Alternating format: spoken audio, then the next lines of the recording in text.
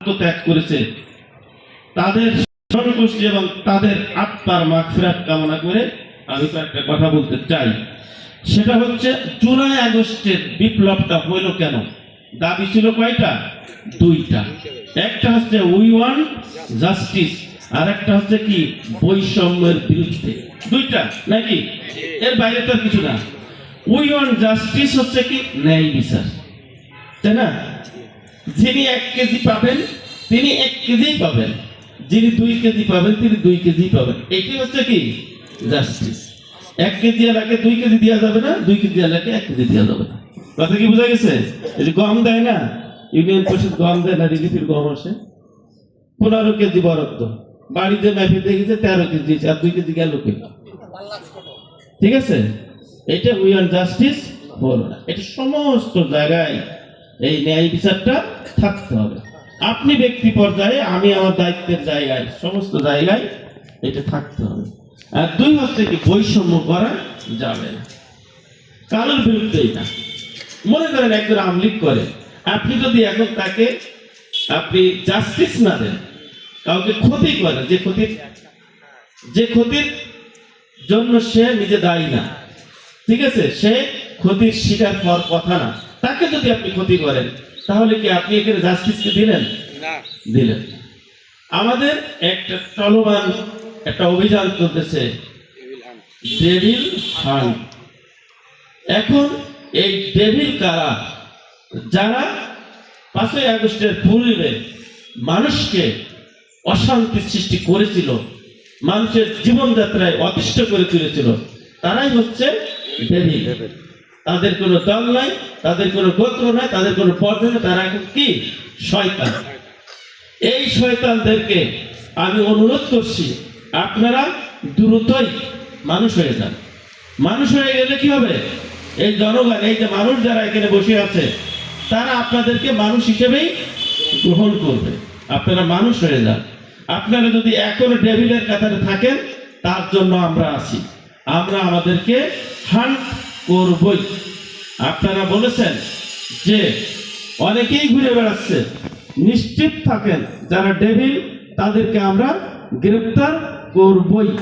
ঠিক আছে, এ ব্যাপারে আপনাদের কোনো সন্দেহ থাকার কথা না। ঠিক আছে, আপনারা স্বচ্ছ হতে চান না, সহযোগিতাও করতে চান না, দায়িত্ব আমাদের, দায়িত্ব সঠিকই বলেছেন আমাদের। আপনি সোর্স হলে, আপনি যদি ভূমিকা রাখেন, আপনি সমাজে একা, আপনি ইনসিকিউর হয়ে যেতে পারেন, আপনার জন্য থ্রেট হবে। ঠিক আছে, আপনি এতটুকু করতে পারেন মোবাইলে, হ্যালো ওসি সাহেব, জি আমি অমুক বলছিলাম, বা আপনার পরিচয়টা গোপন রেখেও বলতে পারেন যে অমুক জায়গায় এরকম এরকম, এতটুকু বললে কোনো অসুবিধা নেই। আপনার পারলে এতটুকুই বলেন।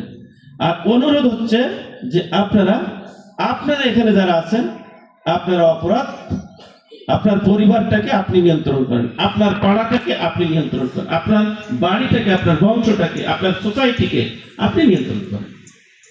আপনি বলেছেন 3 লক্ষ মানুষ এই থানাতে বসবাস করে, পুলিশ 100 কম, অনেকে বলছে 200 কথা, না 100 কম, সর্বোচ্চ হয়তো 51 জন পুলিশ সদস্য। তার এই থানা কম্পাউন্ডটাকে একটু পাহারার ব্যবস্থা আছে, কোর্টে থাকতে হয়, অফিসিয়াল কাজ আছে, প্রতিদিন অ্যাক্টিভ। কয়জন লোক থাকতে পারে আপনি বলেন? 51 জনের মধ্যে কয়জন অ্যাক্টিভ থাকতে পারে এট এ টাইম? তারা ঘুম আছে, তাই না? 24 ঘন্টার ভিতরে 6-7 ঘন্টা তো তাকে তো ঘুমাইতে হবে। তাহলে আপনি যদি ঘুমানোর টাইমটা 51 জনকে যদি 24 ঘন্টা 4-24 নাকি 4 ভাগের 1 ভাগ বাদ দেন, তাহলে 51 জনের 4 ভাগের 1 ভাগ বাদ দিলে 12.5 জন বা 13 জন বাদ দেন। কথা বুঝছেন না? এতটুকু অঙ্ক বোঝার তো সবারই কথা। তাহলে 13 জন বাদ গেলে, 50 জনকে 13 জন বাদ গেলে কয়জন থাকে? 37 জন। এখন এই 37 জন আপনার অফিস পাহারা দেয়, কোর্টে থাকতে হয়, বিভিন্ন সমন জারি করতে হয়, ইত্যাদি ইত্যাদি।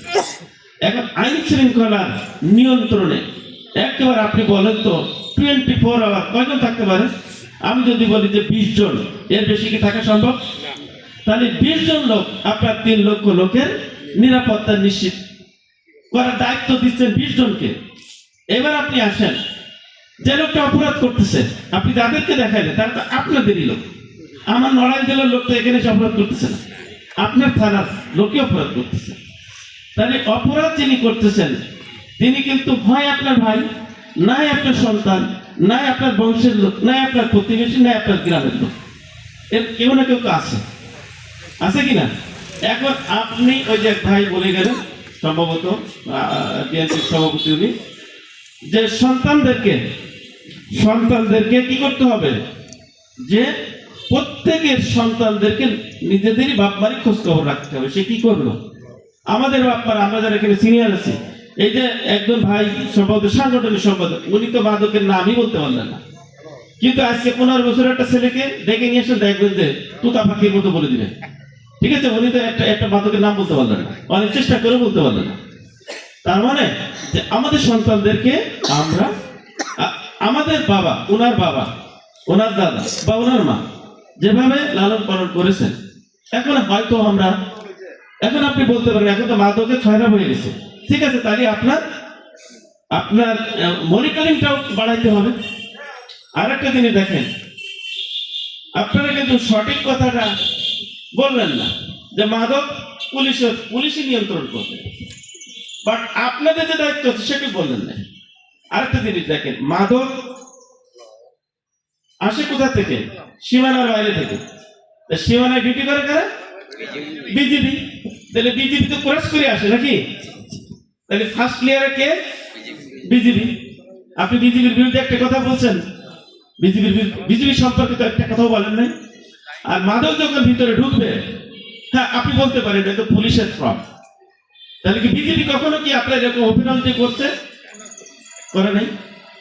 আচ্ছা, ফার্স্ট লেয়ারে বিজিবি ক্রস করে আসলো, দায়িত্ব তো তাদের ছিল। আর যখন ঢুকে যাবে তখন এই দায়িত্বটা কাদের? এই মাদক নিয়ন্ত্রণ করার দায়িত্ব কাদের?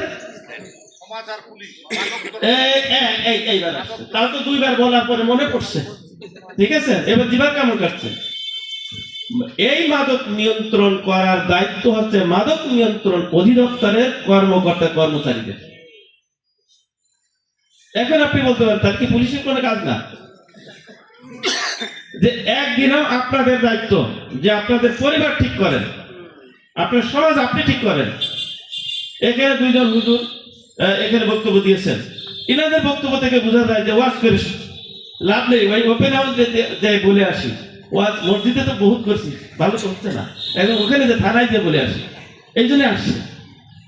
তাহলে আপনাদের দায়িত্ব আপনি পালন ঠিক মতো করতেছেন কি? আপনারটা আত্মসমালোচনা করে প্লিজ একটু মোবাইল থেকে একটু, আর 5 মিনিটের বেশি কথা বলবো না। দায়িত্ব আমাদের, যে দায়িত্ব নিশ্চিত থাকেন। আমি এসপি যেরকম আমার এখানে 2017 জন পুলিশ সদস্য আছে, তাদেরকে আমার মতোই হতে হবে, না হলে এই জেলায় থাকতে পারবে না। আমাকে এই বাংলাদেশে একজনও আজ পর্যন্ত 1টি টাকাও দিতে পারেনি। আমি আজ পর্যন্ত 1টি সিগারেটও আমার টোটে টাচ করে নেই। তাহলে আমি যেভাবে ইউনিটকে চালাবো, আমার পুলিশ আমি যেভাবে চলবো, আমার পুলিশ সেভাবে চলতে হবে। আমি সে কথাই এখানে আসার আগে ওখানে পুলিশকে দাঁড়িয়ে সে কথাই বলে আসছি। এখন সবার কাছে আমার এই বার্তাটা সমস্ত পুলিশ সদস্যের কাছে পৌঁছে দিল।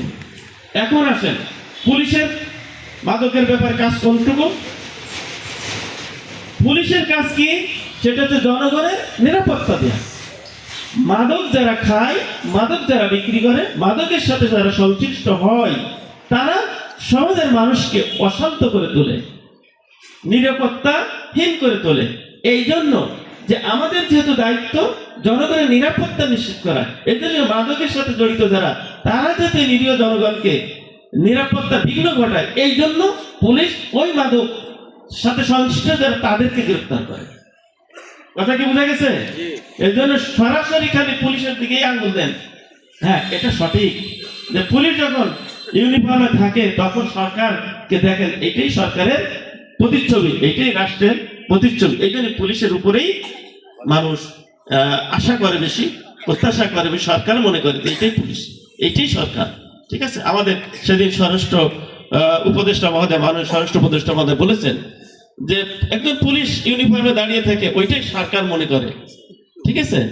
এর জন্য আমাদের দিকে আমরা যদি ইউনিফর্মে থাকি, এখানে 100 জন মানুষ যদি থাকে সমাজে, তা একজন পুলিশ যদি থাকে, তা পুলিশ একজন পুলিশকে কিন্তু সবাই দেখবে, চেনা যায়, ঠিক আছে? তো পুলিশের দায়িত্ব কোথায় এবার কি আপনি বুঝছেন? আমি কিন্তু একে বোঝাতে চাচ্ছি না যে না এই জায়গায় আমাদের দায়িত্ব কম বিধায় আমরা একটু কম কাজ করবো, নো, সমস্ত দায়িত্বই আমরা পালন করব, ঠিক আছে? কিন্তু আমাদের যে সীমাবদ্ধতা সেটা তো আপনি দেখলেন যে আমরা 24 আওয়ার এই থানা তারপরে লজিস্টিকের যে সীমাবদ্ধতা আছে আমি সেদিকে গেলাম না, ঠিক আছে? 20 জন পুলিশ সদস্য 24 আওয়ার অ্যাক্টিভ থাকতে পারে। তো এখন আপনারা যদি মনে করেন যে না আমরা সহযোগিতা করব না, আমরা পুলিশকে ইনফরমেশন দিব না, আমাদের কোনো আপত্তি নেই। আমাদের যে মেকানিজম আছে, আমাদের যে আইনের প্রয়োগের যে সক্ষমতা, যে দক্ষতা আছে, এ দিয়েই আমরা করব, নিঃসন্দেহে আপনারা নিশ্চিত থাকেন। তবে এটা আরো আপনাদের কাছে আমি বলে যাই যে আজকের দিনটা পুলিশের এই থানাটা যেভাবে গেল, আগামী দিনটা এর থেকে বেটার যাবে, তারপর দিন থেকে তার আগামী দিনের থেকেও বেটার যাবে, এটা নিশ্চিত থাকেন। পরিবর্তন হবেই। আমি পুলিশকে বলেছি যে কাজ করতে হবে, যে হাসিনা আর আমাদের জীবদ্দশায় এদেশে আর আসবে না। তো এখন ওই হাসিনা চলে গেছে, এই শোকে কাতর হয়ে হাসিনা জিকির করলে আপনার এই জিকির বৃথা যাবে, ঠিক আছে? আপনার কর্মময় জীবনে হাসিনা আর আসবে, ঠিক আছে? এই জন্য আমরা যারা পুলিশ সদস্য আছি, আমরা আইনের প্রয়োগ, আইনের বাস্তবায়ন, আইন দিয়ে অপরাধীকে আমরা আইনের আওতায় আনবো। এবার আমার কিছু কথা বলি, আপনাদের যে সকল কথা বলেছেন সে সকল কথার প্রেক্ষিতে আমি যে ওই কথাগুলো বললাম, পাশাপাশি আমি কিছু কথা আপনাদের কাছে বলা উচিত বলে আমি মনে করি।